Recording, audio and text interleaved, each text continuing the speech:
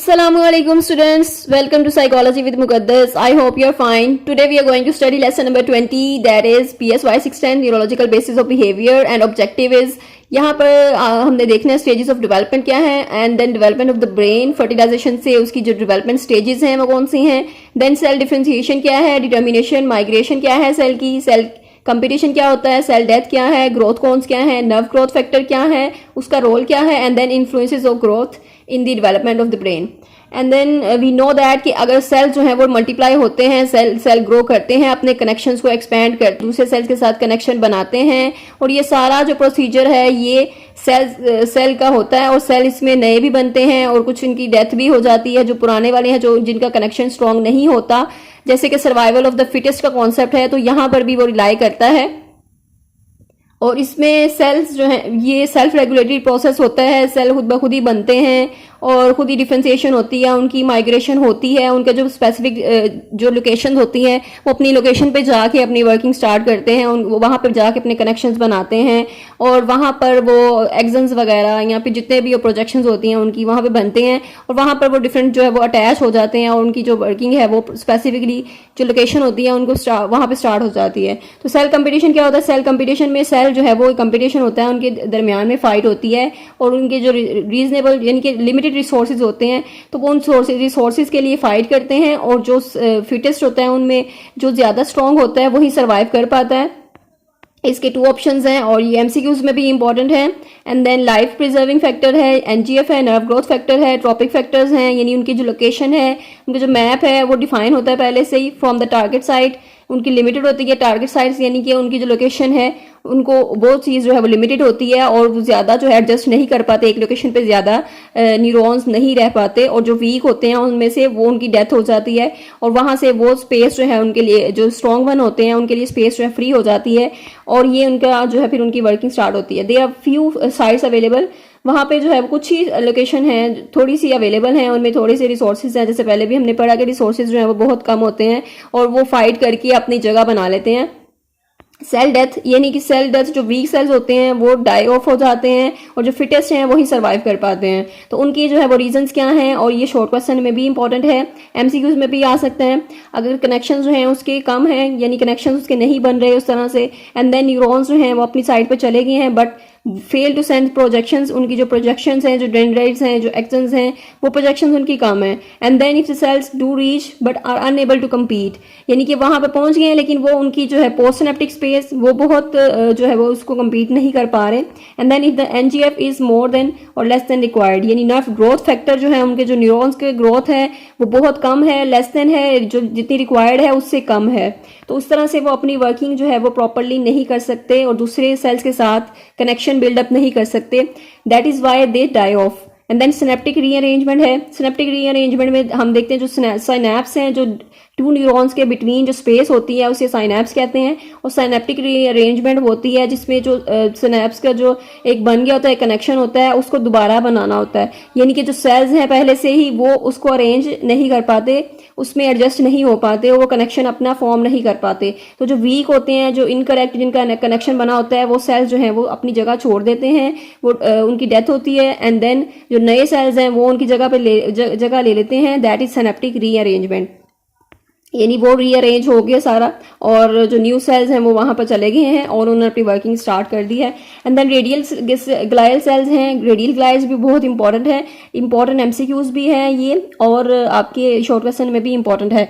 Radial glial sales जो है वो फॉर्म करते हैं ट्रांसपोर्ट सिस्टम, न्यूरॉन्स को एक जगह से लेकर जाके दूसरी जगह पे, जहां पर जिस साइड पे उसने अपनी वर्किंग करनी है उस साइड पे लेकर जाते हैं, वहां पर वो अपनी स्टार्ट कर देते हैं. जो भी चीज उनकी जो रिस्पॉन्सिबिलिटी है वो उनको फुलफिल करना स्टार्ट कर देते हैं. जैसे अगर ब्रेन की फॉर्मेशन में है उनका रोल तो वो ब्रेन की फॉर्मेशन स्टार्ट कर देंगे. And then nerve growth factor क्या है, ये इंपॉर्टेंट है एक्सनल ग्रोथ में. जो एक्सन्स होते हैं सेल्स के उनकी ग्रोथ में इंपॉर्टेंट है nerve growth factor, and cells को लोकेट करता है, उनको कनेक्ट करता है दूसरे सेल्स के साथ. यू नो दैट कि जो एक्सन्स जो होते हैं वो कनेक्शन के लिए ज़रूरी हैं. अगर एक्सन्स नहीं होंगे सेल के तो वो कैसे दूसरे सेल्स के साथ कनेक्शन बिल्डअप करेंगे, बिकॉज एक्सन से ही आपका मैसेज जो है वो जाता है outward from your cell to other cell.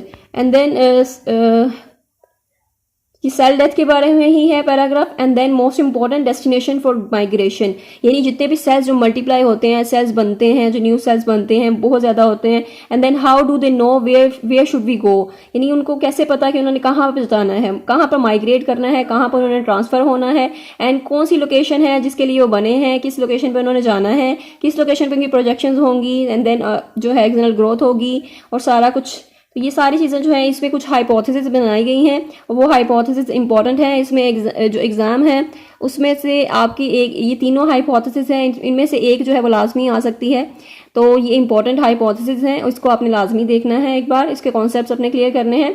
And then chemo affinity hypothesis जो है वो फर्स्ट वन है, और इसी तरह तीनों हाइपोथेसिस हैं, इसमें से एक जो है वो हम उसकी जो प्रॉपर डेफिनेशन नहीं होती, तो प्रॉपर एक्सप्लेनेशन नहीं होती, तो वो कैंसिल आउट हो जाती है। देन सेकंड आती है, वो भी प्रॉपर उसकी जो नहीं उसको कर पाती, उसको एक्सप्लेन नहीं कर पाती अच्छे से। तो थर्ड हमारे पास हाइपोथेसिस आती है और वो जो है वो सूटेबल होती है।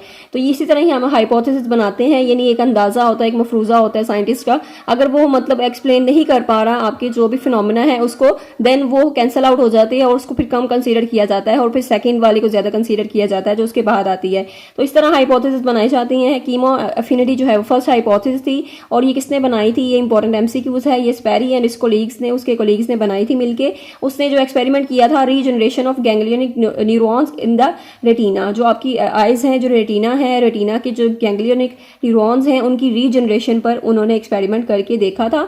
और ये हाइपोथेसिस इसलिए थी कि न्यूरॉन्स हैं वो कनेक्शन कैसे बनाते हैं, उनका जो एक टारगेट होता है वो इंटरेक्शन पे बेस करता है, और उनको पहले से ही वो जीनोटाइप से वो डिटरमिन होता है, यानी उनके जो जेनेटिक है मेकअप उसमें ये सब कुछ होता है। लेकिन इसको जो है वो कैंसिल आउट कर दिया गया क्योंकि ये उस तरह एक्सप्लेन नहीं कर रहा था।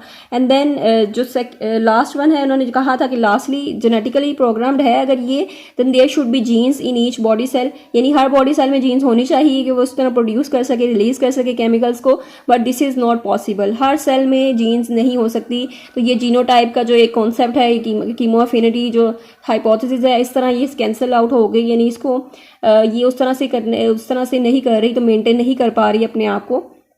देन ब्लूप्रिंट हाइपोथेसिस है। ब्लूप्रिंट जैसे आपको पता है एक मैप होता है आपका, तो ब्लूप्रिंट आपका जैसे डीएनए है, डीएनए जो है वो आपका ब्लूप्रिंट है ऑफ लाइफ का, यानी आपकी लाइफ का जो ब्लूप्रिंट है वो आपका डीएनए है। तो जो बायोलॉजिकल सारा जेनेटिक इंस्ट्रक्शंस होती हैं वो आपकी डीएनए में ही होती हैं। तो डीएनए यहाँ पे हाइपोथेसिस ये वाली जो कह रही है कि अनडेवलप्ड नर्वस सिस्टम है, उसके ब्लूप्रिंट होता है उसमें, ठीक है, वो स्पेसिफिक केमिकल होते हैं, बायोकेमिकल पाथवेज होते हैं, ग्रोइंग एक्सन्स होते हैं जो फॉलो करते हैं अपने डेस्टिनेशन को। तो ये ब्लूप्रिंट हाइपोथेसिस का एक जो है वो हाइपोथेसिस थी। उन्होंने ये जो है इसको एक्सप्लेन किया इस चीज़ को कि न्यूरॉन्स कैसे अपना वे जो है वो फाइंड आउट करते हैं, अपनी लोकेशन फाइंड आउट करते हैं और वो माइग्रेट करते हैं। आप जहाँ से बन रहे हैं वहाँ से दूसरी जानिब वेंट्रिकुलर जोन है जहाँ से बनते हैं, देन वो अपनी लोकेशन पे मूव कर जाते हैं। So this is the thing. और इसमें मेन जो चीज़ थी वो डीएनए से ही है, आपके ब्लूप्रिंट जो है वो पहले से ही बायोलॉजिकल डिटरमिन्ड है। इसकी जो है वो हाइपोथेसिस को फिर उसको किया गया कैंसिल आउट। उन्होंने कहा ये जो है this has not been able to explain the migratory program of the neurons, we move to the next hypothesis, यानी ये भी उस तरह से एक्सप्लेन नहीं कर रही कि माइग्रेटरी प्रोग्रामिंग जो है वो कैसी होती है। तो इसीलिए हम जो है वो नेक्स्ट हाइपोथेसिस पे मूव करते हैं, that is topographic gradient hypothesis. Topographic means आपकी लोकेशन जो मैप होता है एक, वो है टोपोग्राफी का मीन। जो ग्रेडियंट है, ग्रेडियंट आप मूव करते हैं अपवर्ड और डाउनवर्ड, तो वो स्लोप है। तो ये टोपोग्राफिक ग्रेडियंट हाइपोथेसिस का मतलब ये है कि सेल्स जो हैं वो अपने टोपोग्राफिक ग्रेडियंट जो है या लोकेशन जो है वो फॉलो करते हैं, यानी उनका जो पहले से ही इनसाइड उनकी एक मैप होता है, मैप डिटरमिन होता है, तो वो उस मैप को फॉलो करते हैं और अपनी लोकेशन को फाइंड आउट करते हैं। और ये टोपोग्राफी की जो लेयर्स होती हैं, वो न्यूरॉन्स जो हैं वो डेवलप होते हैं टोपोग्राफिक लेयर्स में ही, तो वो उनके जो रिलेशनशिप है टोपोग्राफिकली वो मेंटेन होता है दूसरे ग्रुप्स ऑफ न्यूरॉन्स के साथ। तो ये है कि टोपोग्राफिक रिलेशनशिप यानी कि वो उनके पहले से ही डिटरमिन है। तो दैट इज़ द थिंग। तो ये वाले जो हाइपोथेसिस थी ये ज़्यादा क्लियर हाइपोथेसिस है और इसमें जो है वो इसको एक्सप्लेन किया गया है माइग्रेशन को, माइग्रेशन ऑफ न्यूरॉन्स को। तो that is why this is more clear hypothesis. तो इसको जो है वो ज़्यादा कंसीडर किया गया है। तो I hope I made it clear. If you have any confusion you can ask in comment section. और ज़रूरी नहीं है कि ये टोपोग्राफिक ग्रेडियंट हाइपोथेसिस ही पूछा जाएगा आपसे एग्जाम में, because that is more clear and considerable, but blueprint hypothesis is also very important. और ये जितने भी हाइपोथेसिस हैं, इनमें से एक जो है वो लास्ट में आ जाती है। बाकी जो है MCQs भी आपको हाईलाइट कर दिए गए हैं, वो भी आप चेक कर सकते हैं। अदरवाइज कोई भी आपका क्वेश्चन है आप कमेंट सेक्शन में लाजमी पूछा कीजिए, और कोई भी कॉन्सेप्ट क्लियर करना है आप वो भी पूछ सकते हैं। And do share this video with other students and don't forget to subscribe and like and appreciate our efforts. Thank you so much. मिलते हैं नेक्स्ट लेक्चर में. Till then take care. अल्लाह हाफिज़.